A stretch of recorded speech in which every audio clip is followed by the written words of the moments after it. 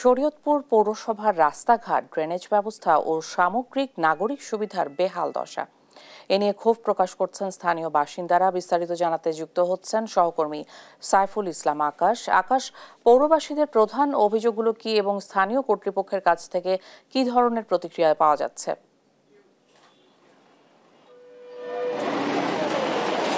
ইশিকা, শরীয়তপুর পৌরসভা দীর্ঘদিন যাবতেই কিন্তু মানুষজন দুর্ভোগে পড়ছে। সেক্ষেত্রে কিন্তু প্রথম শ্রেণীর পৌরসভা হলেও এখানকার যে সড়কগুলো রয়েছে সেই সড়কগুলো যে খানাখন্দ, এই কারণে কিন্তু তাদের দুর্ভোগ পৌঁছেছে চরমের বিষয়।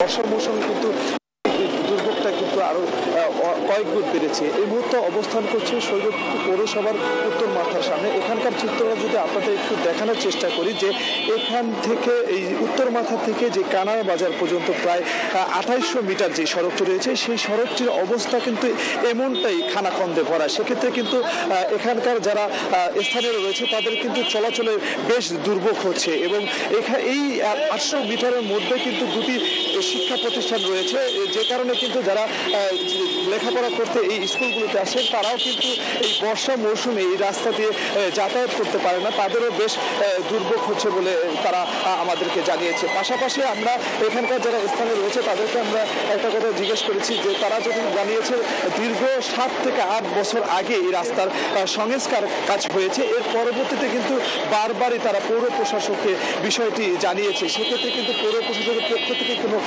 কার্যকরী পদক্ষেপ দেখতে পাননি, যার কারণে কিন্তু তারা ক্ষুব্ধ প্রতিক্রিয়া জানিয়েছে। এখানকার যারা স্থানীয় রয়েছে তাদের সাথে আমরা একটু কথা বলে জানার চেষ্টা করব আসলে এই জায়গায় যারা রয়েছে তাদের সাথে আসলে এই যে শরীয়তপুর পৌরসভার যে সড়কগুলো রয়েছে সেই সড়কগুলো খানাখন্দের কারণে আপনাদের কি ধরনের সমস্যা হচ্ছে, প্রশাসনের কাছে কি চাচ্ছে?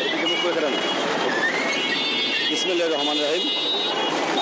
প্রিয় শরীয়তপুরবাসী, আমি শরীয়তপুর পৌরসভার একজন নাগরিক।